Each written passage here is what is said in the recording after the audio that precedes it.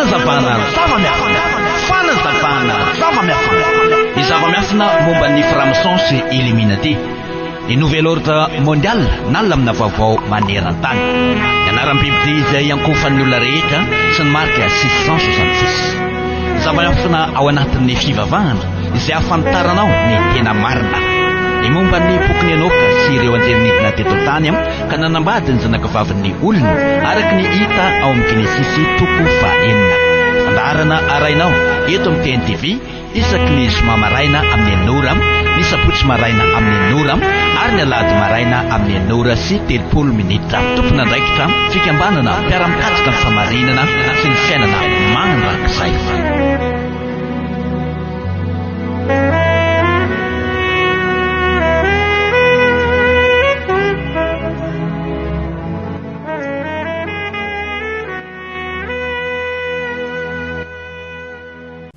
Dia mpifaliana indray amin'ity oray ity no androsoana ho tokantrantsika amin'ny alalan'ity fandaharana entinay eto amin'ny fahitalavitra jerenao ity miarabanao izahay avy eto anivon'ny fikambanana mpiara-mikatsika ny famarinana sy ny fiainana mandrakizay ary maniry hatrany ny afantarantsika ny famarinana izay tokony iainana mba tonga antsika andovan'ny fiainana mandrakizay. Raha tsy miaina amin'ny famarinana ianao amin'izao fahavelomanao zao dia tsy andovan'izany paradisa izany. Noho izany ry havana dia fifaliana ho anay ihany koa ny manohy an'izao fandaharana izao ary iantaninay ianao mba anjoitsy tapaka n'ity fahitalavitra ity amin'ny fotoana rehetra izay ahafahanao manaraka an'izao fandaharana izao, satria zava-miafina marobe no mbola ho ampahafantarina sy ho azavaina eto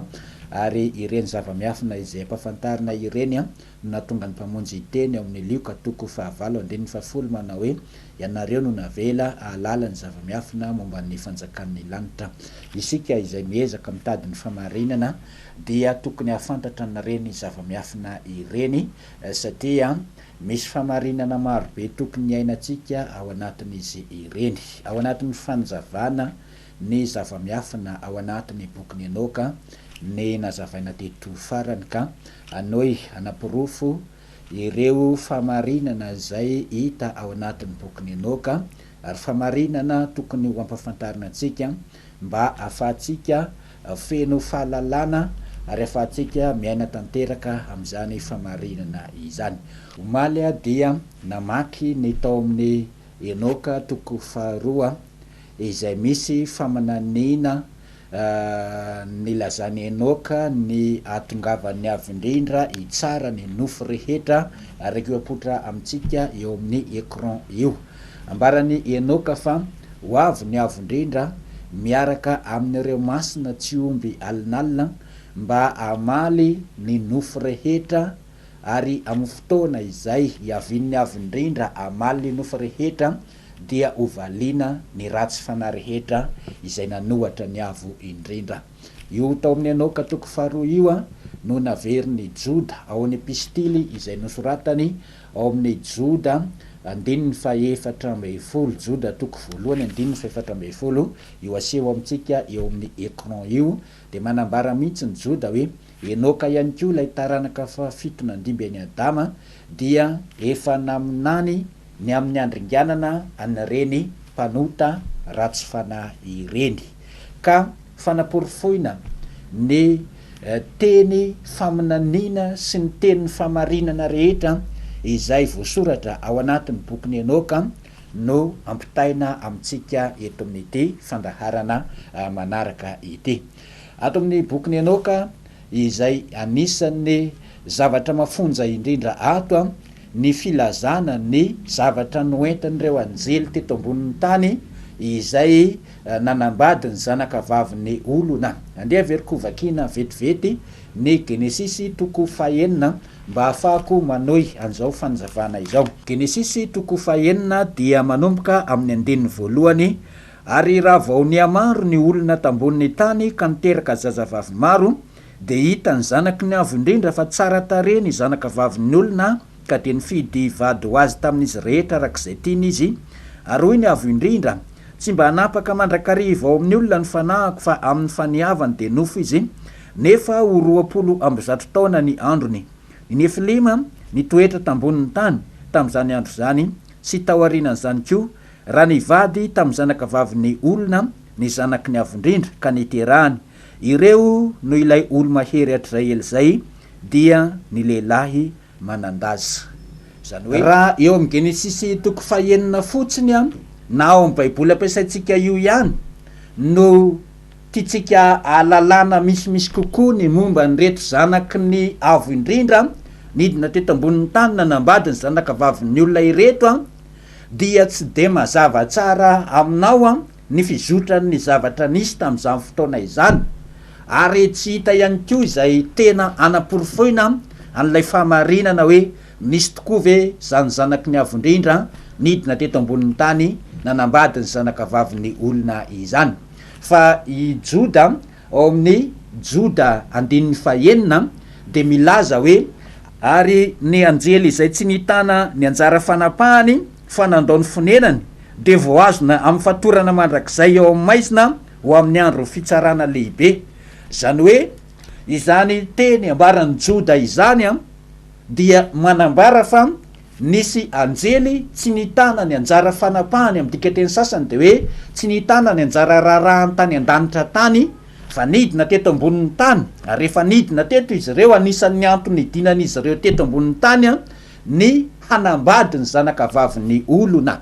ka tsy voazava mazava tsara ao amin'ny baiboly iray manontolo izany zavatra nitranga izany a raha vao tsy misy ny bokyny Enoka izany mahatonga miteny aminao hoe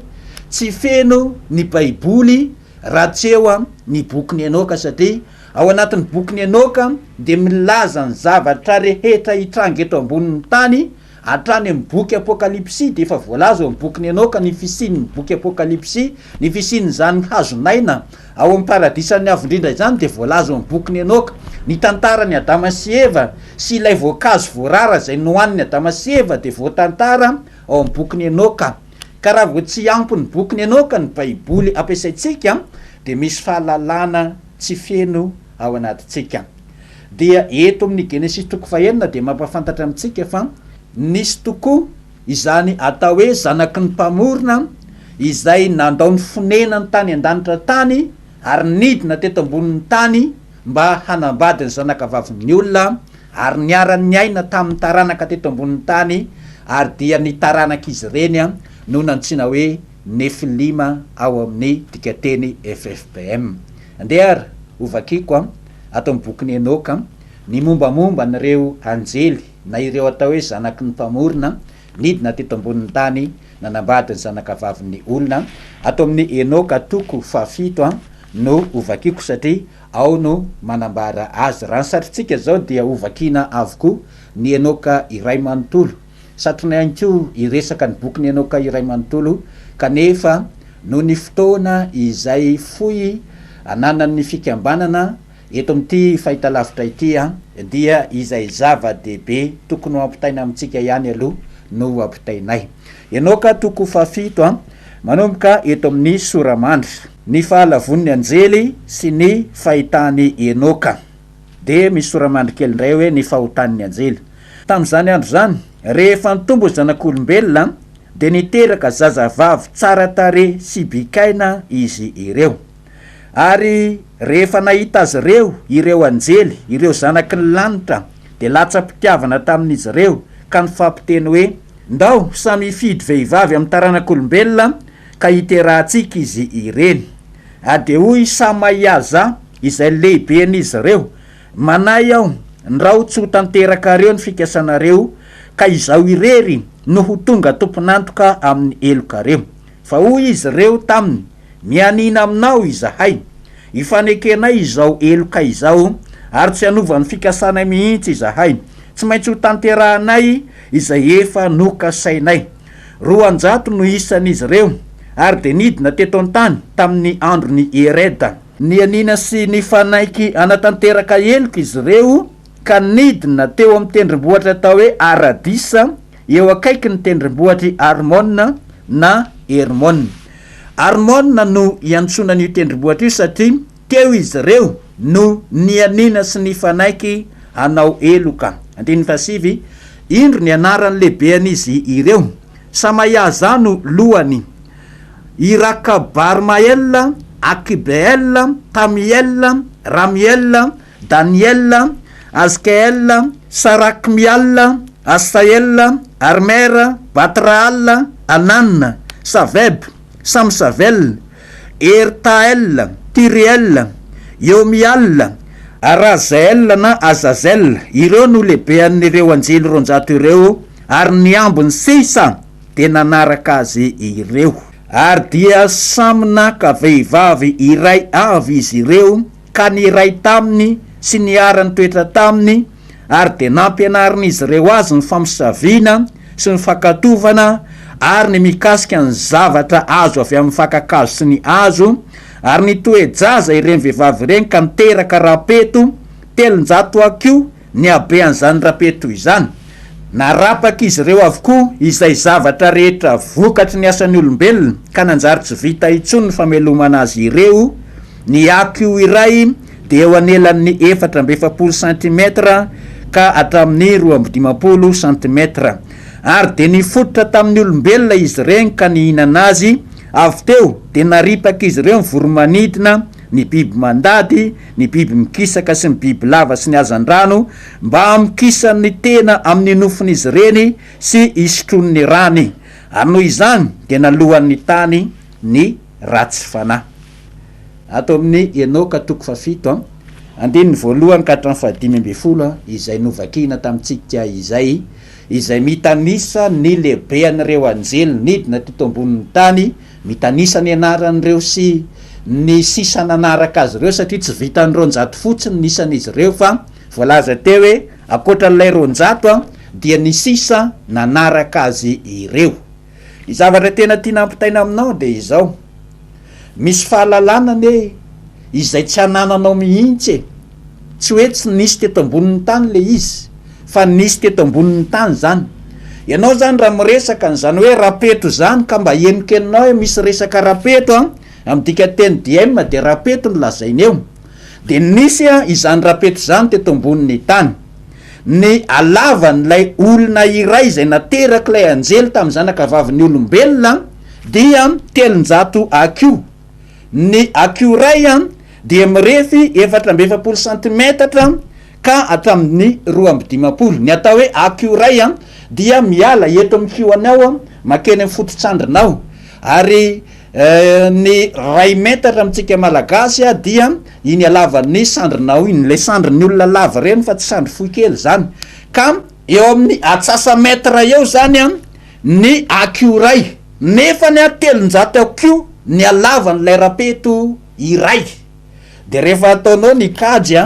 manome eo amin'ny 230 ka hatramin'ny 450 metatra ny alavan'ilay rapeto izay taranaky ny anjely avy tamin'ny zanakavavin'ny olona. Vokatry ny habean'izany rapeto izany dia tsy vita ny namelona azy ireo, satria nohaniny avokoa izay vokatry ny asan'olombelona, ary mbola tsy vokiny zany ihany izy de nohaniny ny biby mandady sy ny biby mikisaka sy ny hazandrano rehetra tany anaty rano mba isotrony ireo ny rano, nisotro ny ra zany ireo, ary nifototra tamin'izay olombelona tsy nanaiky azy izy ireo. Zany hoe raha misy olombelona tsy manaiky mamelona an'ireo ireo no roaty eto ambonin'ny tany, de rehefa misy olombelona tsy manaiky an'ireo de hoaniny ihany koa ilay taranak'olombelona. Vokatry zany faharatsiana nisy tamin'izany fotoana izany no nahatonga ny avindrindra andripaka ny taranaka tamin'ny safidrano riavana izay miaino, satria rehefa tonga teto ambonin'ny tany ny anjely nanambady ny zanakavavin'ny olona dia niala tao anatin'ny olombelona ny fanahin'ny mpamorona, fa ny fanahin'ireo anjely ireo no nipetraka tao. Zany hoe ilay anjely no dadan'ny olombelona zany tao aorianan'izay, ka ny fanahin'ny rainy no mipetraka tao amin'ny zanany,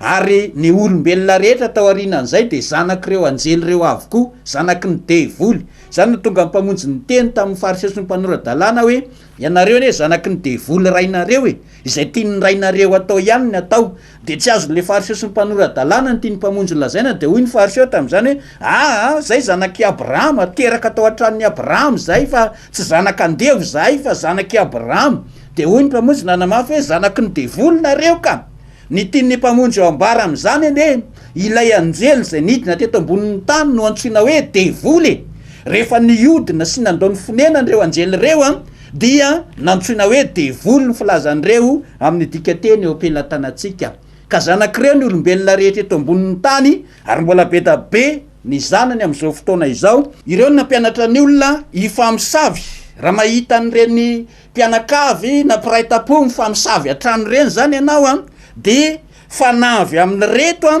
no nifindra sy miampita ao anatin'ireny taranaka ireny. Ireo no nampianatra ny olona anao an'izany fankatovana zany na makeny amin'ireny milaza azy ho mahay zavatra ireny. Ireo no nampianatra ny olona ilalao fanafody ao anatin'ny tapakazo. Ireo anjely reo zany namoaka an'izany secret zany. Mbola maro be ny faratsiana nampianarin'ireny olombelona. Fa ny azo lazaina aminao fotsiny de izao: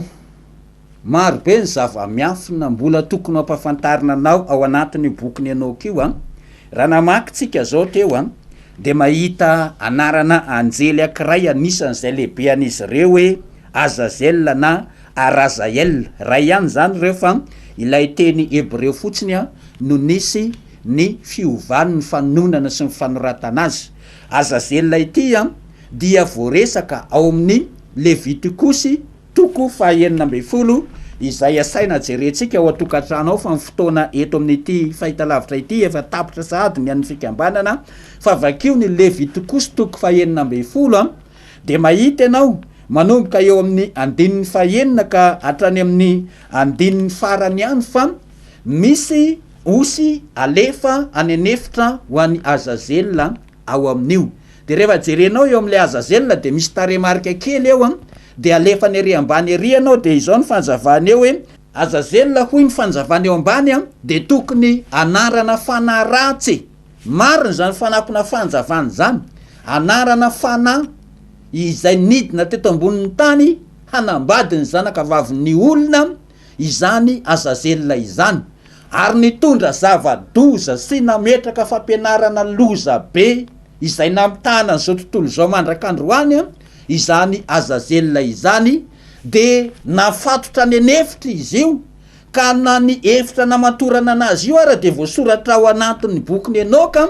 De ianao zany raha mahita hoe nalefa ny enefitra ho any amin'ny Azazel le osy a dia nisy antony a natonga ny Azazel anaterana an'iny osy izay nametrahana ny fahotan'ny zanak'Israely iny. Ringana ny oloko noho ny tsy fisiny ny fahalalany hoy ny teny voasoratra. Izahay avy eto anivon'ny fikambanana mpiara-mikatsika ny famarinana sy ny fiainana mandrakizay a de mampita zay zavatra fantatray aminao. Ataonay fa tsy fahadosoana sady tsy ho elokay mihitsiny a ny mitory sy mampafantatra anao ny famarinana fa izay nanafina ny famarinana sy nanala ny famarinana ara no eritreretinay hoe diso sy meloka eo anatrihan'ny avindrindra. Fa izay mitory ny famarinana sy mamerina lay famarinana eo amin'ny toerany kosa hoe verinay fa olo-marina izany olona izany. Izahay de mitaona ny karazan'olona rehetra na mpitondra fivavahany ianao na mpitondra fanjakana ka mbola miaina eto ambonin'ny tany de to aminay ianao mba hijoro hitory ny famarinana sy amoaka ny famarinana mba atafavoaka an'izao firenetsika izao a sy atongavany vahoaka izay mivavaka ho any amin'ny fiainana mandrakizay rehefa misy mitory ny famarinana. Zay no fotoana androany amin'ny herinandro indray a miditra lalina ao anatin'ny fanaporofoina ny zava-miafina ao anatin'ny bokiny Enoka ao. Fa ny nasaina nataotsika any tokantrano any a dia ny mamaky ny Levitikosy toko fahaenina ambin'ny folo. De hotoizatsika eto ny resaka momba ny Levitikosy toko fahaenina ambin'ny folo sy ny bokiny Enoka amin'ny herinandro mametraka amin'ny mandrapitafa ho amin'ny manaraka indray.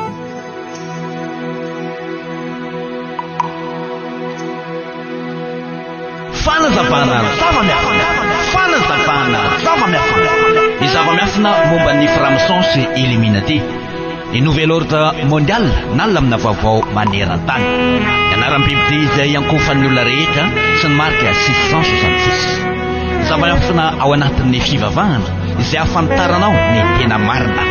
Ny momba ny bokiny Enoka sy ireo anjelinidina teto tany ka nanambady ny zanakavavin'ny olona araka ny hita ao amin'ny Genesisy toko fahaenina. Fandaharana arainao eto amin'ny TNTV isaky ny zoma maraina amin'ny Anora ny ny sapotsy maraina amin'ny nora ary ny alady maraina amin'ny nora sy 30 minitra tompona andraikitra fikambanana mpiara-mikatsika ny famarinana sy ny fiainana magnandrankizay